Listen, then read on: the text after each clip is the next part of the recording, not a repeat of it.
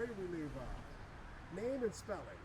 My name is Beth Broadway, BETH BROADWAY. Okay, and you are? I'm the president and CEO here at Interfaith Works in Syracuse, New York.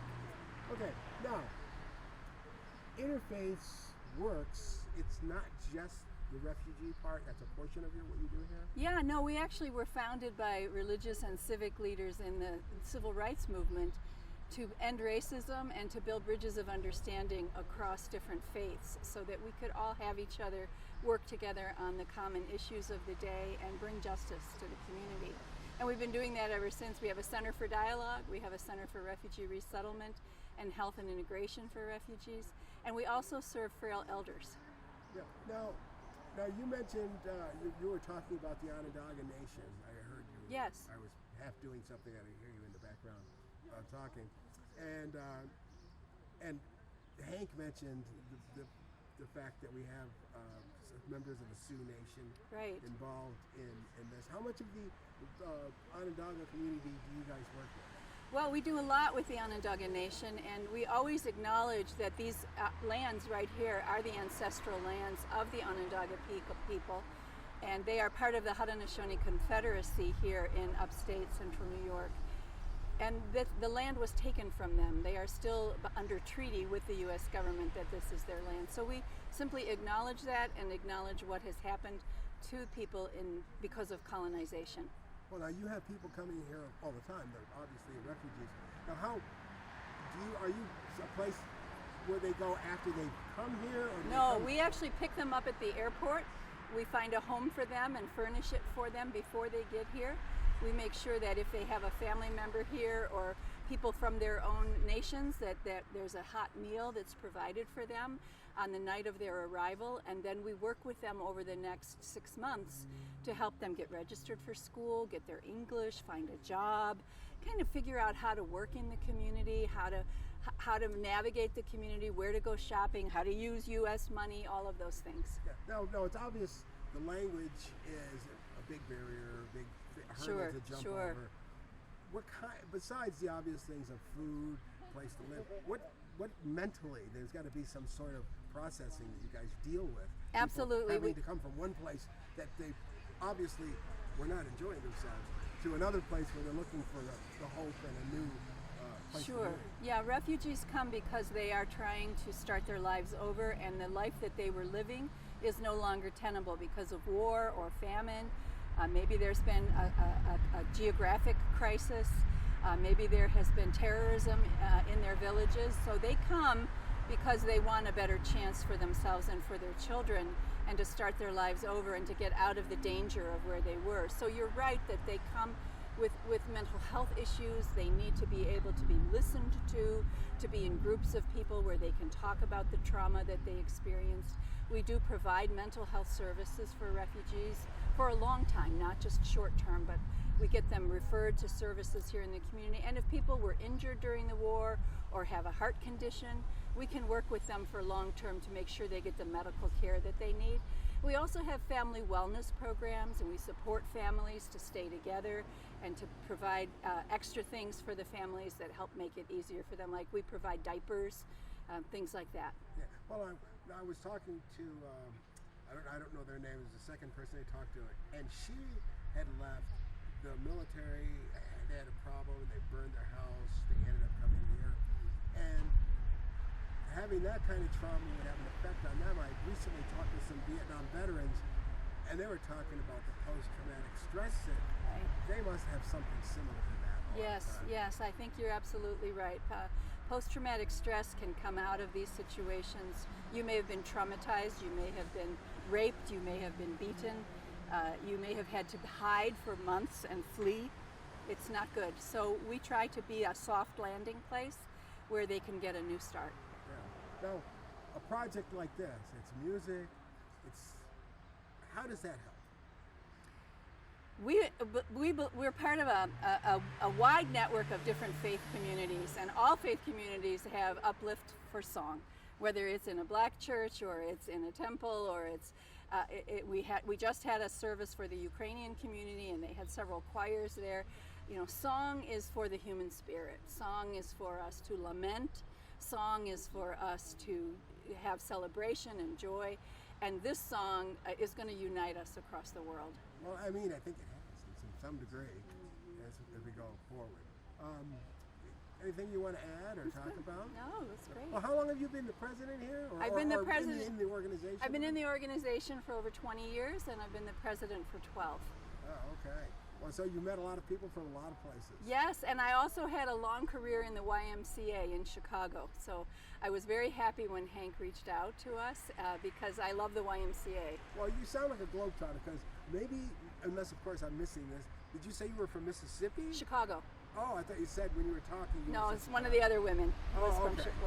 I'm Chicago. You're Chicago. Yeah. So do you miss Chi-Town? Of course. But I love it here. I wouldn't live anywhere else. Yeah. So only time I was in Illinois, I went to work in a place in Springfield. Oh, Springfield, sure, the capital. Yeah, but whenever I tell people I was in Illinois, they ask me where. I go, Springfield. Oh, how far is that from Chicago? It's like going to New York City. It's Right. not 4 close. hours. 4 Yeah, hours, right? It's not even close.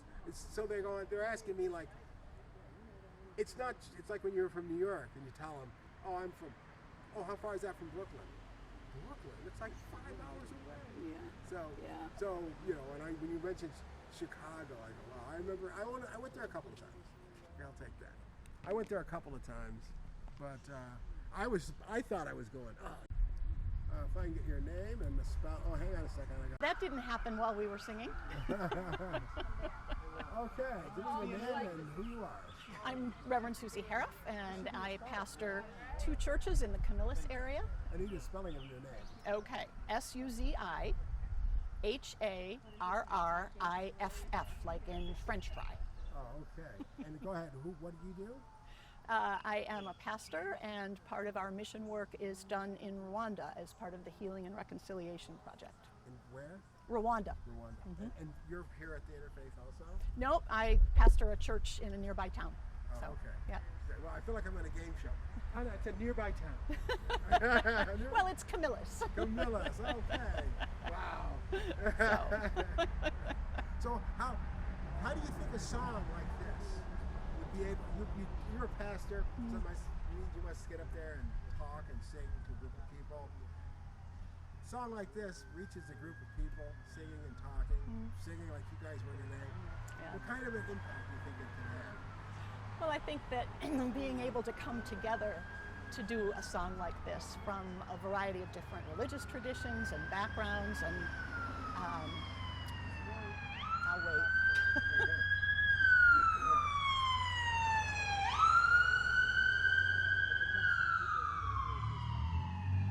Hopefully that's everything. Yeah. I'll do that again. Okay, go ahead. I think that being able to be part of a song like this that literally reaches around the world, that engages people of all ages, people of different backgrounds and faith traditions, to make the same message resonate. We have to have hope, and we have to give that to one another. And I think that's part of what music does in a powerful way, perhaps more powerfully than any other medium. So it is exciting for us to be a part of this project. Yeah. Like a lot of times, like somebody will say, "You're doing a song. How much? What is that going to do? You're in church. What do you guys do?" Well, we sing Sorry. and we pray. And the singing is part of. The singing is part of expression of our faith. It's also a way in which we declare our hope. And St. Francis said that those who sing are praying twice. So we believe that we are praying multiple times when we come together for a song like this. Just like the songs that you might sing in church or other places, it inspires people possibly and hopefully to do more, to do something. Yes. And why don't you speak to how that might work with us? I think music that touches the spirit, music that involves and engages people, music that lifts us above ourselves and gives us a broader view, a broader vision, helps us to see one another through eyes of love and compassion and grace. And that's what music like this does. It invites us to see each other that way. And when we see each other through those kinds of eyes of love, then we are able to build a better world. And that's what we hope for, that's what we pray for, and that's what we work for every day. Yeah, well, and I think that happened with this working on it. Most people think of the Y as a gymnasium Right. and Yeah. a pool. Yeah. Instead of a the things that community he's been center. Finding what people do Yeah. in these different places and is eye-opening. Also, you know, well, we're looking for the perfect audio and video. Well, these people are filming from a war zone. Right. This is their lives. Yes. You know, and this is what's going on. And they could still find time to do something like that. Yes. Yeah. That's, I guess, inspiring. Absolutely inspiring. Yes. And how do you think we're in this world of everything perfect? How do you think it resonates with people who have everything? I think one of the challenges for people, excuse me, I think one of the hardest things in our comfortable white suburbs is to help continue to have people engaged in awareness of what's happening in the world around us, to care about that. Compassion fatigue is a very real thing. And when we're constantly bombarded with the negative news that we see, it's easy for people to want to just pull back and retire within themselves. And so I think a song like this says, you gotta have hope. And not only do you have to have it, you've got to give it to one another. And we've got to keep that vision alive. Right, and just like many of the songs that you may sing every week, maybe every day, Yeah, the song can motivate you. absolutely. Yeah, music has a way of touching the soul sometimes in a way that other spoken word, written word does not do. It has a way of connecting, I think, with the very deepest part of us as human beings. And obviously it can motivate people to do things. It can. Sometimes people will have a verse or two of a song or even a line or two of a song that continually runs through both their head and their heart, and that becomes part of their mantra, part of their motivation. Cool. Well, anything else you want to add? Or? No, just that I'm delighted to be a part of this. My colleagues in Rwanda have an initiative in which they travel around East Central Africa and gather local musicians and create music that speaks to healing and hope and reconciliation. So it's exciting for me to be a part of a project like this on this side of the Pacific and the Atlantic. Okay, cool. You start out with your name and then spell it. Okay. So my name is Marwa Al-Quraishi. First name M-A-R-W-A. Last name A-L-Q-U-R-A-I-S-H-I. My name is Rosa Na. My first name is R-O-S-A. My last name is just N-A. Okay. All right, now, That's what I'm saying. It's exactly the same as what took place. it's a little difficult sometimes to do two people talking. But what's your relationship? How do you guys know each other? And all Okay, so we're This both. goes way back. Yes, so we met at a volunteering refugee school. She was a teacher with volunteering with the kids while the parents were in their adult school English learning classes. I was a volunteer at the refugee school, and we just met there. We're both refugees, and we just connected by sharing our stories. Yes, and now we started work. I started about 2 weeks before Rosa started working here, and then we just met here again after a couple years of not seeing each other. Oh, so this is like a reunion. Yes, this was a reunion. I kind of knew it. It's like I scented her. As soon as I heard Marwa, I was like, who is this Marwa? Is this my Marwa? Yeah, Then I this came was like in an and then we saw unplanned each reunion. other. We Yeah. both started working and in the same department as well. Well, tell me, how did you come to be here? In the U.S. So I'm originally from Iraq. My parents and my siblings are from Iraq. We grew up in Iraq. When the Iraqi war started, we migrated to Syria, and then the Syrian conflict started. Then we migrated to Egypt, and so from Egypt, my parents knew that there could be a civil war that also started in Egypt, and my parents just wanted a better opportunities for us, so we decided to migrate to the U.S. Well, I mean, it's very difficult for somebody, even though they think they understand. But what's it like to go from a complete different, not just the location on the map, Yes. culture and everything? Yeah, the hardest part is probably because we were young. Going to school, meeting new friends, making friends was, we thought would be one of the hardest things, but because we were young, we just connected with kids our age. It probably was the hardest for my parents. When my parents came to the U.S., they were a little old. the English language, not knowing anything about the culture. I mean, reading and studying the culture here, it's not like living it and experience it ourselves. So migrating to a whole new country, not knowing the language, not knowing cultural backgrounds was very difficult and intimidating at first.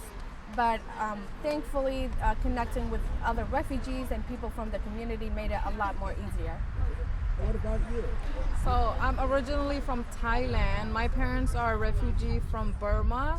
They flee to Burma from Burma to Thailand during the civil war in Burma. They were basically kicked out because of their racial backgrounds and stuff.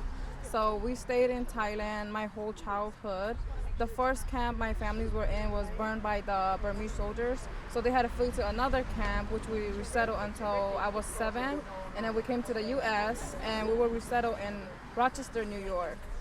And since then we moved to Syracuse, and yeah. Well, for a lot of people, you hear stories and places. Like I just asked you about your moving for a different culture. What's it like? The difference, the feeling of being in a place where they're going to come and burn your house down just because you're you. And some people might do that here too, but it's not the same kind of thing. I think, as for young people, children, especially my siblings during the war, I was just an infant. They went through that, when they were getting attacked by the soldiers and the camp was getting burned down. They're very, very traumatized. My sister especially, she was very, very scared. As our whole family was fleeing, she was the only one left, and she was with my other cousins who actually saved her. So till now, she's very, very traumatized by that, But she's a strong person. She's getting through it. So how do you guys like it? We like it. We like it here. It's really nice, and we get to connect to our friends. Like Marwa, she's from another background, but she's also a refugee. I'm also a refugee. Yes. And we have more co-workers and friends who are who came from similar backgrounds. So yeah, and just to experience everybody else here. Well, right now we're working on this project. How do you think this fits into your This project, I believe it definitely touched my heart very much because reading the lyrics and just understanding it, that it is related to kids that once I was their age, and then they were also going through the struggles that I went through with my siblings, and so is Rosa. It just means, it just touches home a lot, and it just reminds me that there's definitely hope, and there's definitely a brighter side of the world that we can all see if we all work and come together. Well, and that must be something that you can identify with. Yeah, I think this is a message people needs to be sent to, people need to hear, people need to see. So this is the perfect message you guys are sending. And you think message like this can spread? Of course. Oh yes, especially through music, of course, because music hits, it touches people. Just when Zainab was singing, I was getting emotional just thinking about it. So it's the perfect thing to do. And it can change. It can Definitely. change. Yes, definitely. For sure. Cool. Anything else you want to say, Ed? I look forward to the song becoming a big hit, and I look forward to all of us working together once again. Send a message, make the world a better place. Cool. All right, thanks a lot. Thank you so much. She was great. Yeah, she was. My mom was crying. Tell her? Yes, I did. Yeah, my mom was I was thinking crying. We should put together a little booklet and send it to the priests of Yeah. all the prayers that were given. I think I'll ask the faith leaders to send them to That'd be us. nice. Yeah, we'll try that. Yeah. We have Sorry, oops, sorry. It's okay. we're gabbing away here. I just need to have your name and a spelling. So Oh, for my first name? first, last name, spelling. So Alla Wescott, A-L-L-A, Wescott, W-E-S-C-O-T-T. Okay. Tell me your story. Who are you? Where are you from? and all that. So my name is Alla Wescott. I'm originally from Ukraine, Poloha, Ukraine. It's currently under occupied Russian control. My grandma's still there. My aunt's still there. I've been here in America for almost 30 years now. And I guess we're just hoping for the best. I love working for this organization because it really caters to the demographic that I belong to. And they need that kind of help. It's really difficult to come into a country and it's for us, we take things for granted, like just being able to go find a store. And I actually remember walking with my parents around the apartments that we were brought to and happened to find one. And that was our store for, 5 years. So tell me about what's it like? I don't know, readjusting to being in a place. I'm sorry, say that again. What's it like to readjust to be in a place like this? I don't know what the last word. Readjust No, enterprise? in a place. In a place. Oh, okay. Here. At this location. At this, you mean like Interfaith? Yeah. I'm not sure what the question So is. he's asking, like, what is it like for refugees to kind of have to get resettled Yes. and had to Yes. adjust to being in a new place? Yes. So I actually hear about this a lot from the people from my community. They're very grateful for a place like this. There's some place to go and some place to ask a question and some place to get an answer, as opposed to trying to find a place to go find your answers for. We handle anything from really basic things like parents who come here and their kid could have been playing outside and they need a Band-Aid. There are times where I have clients that'll call me and I have no problem going there and helping them get that, because you need that. We take that for granted, but they really need that kind of help. And then we go up as far as helping them completely resettle.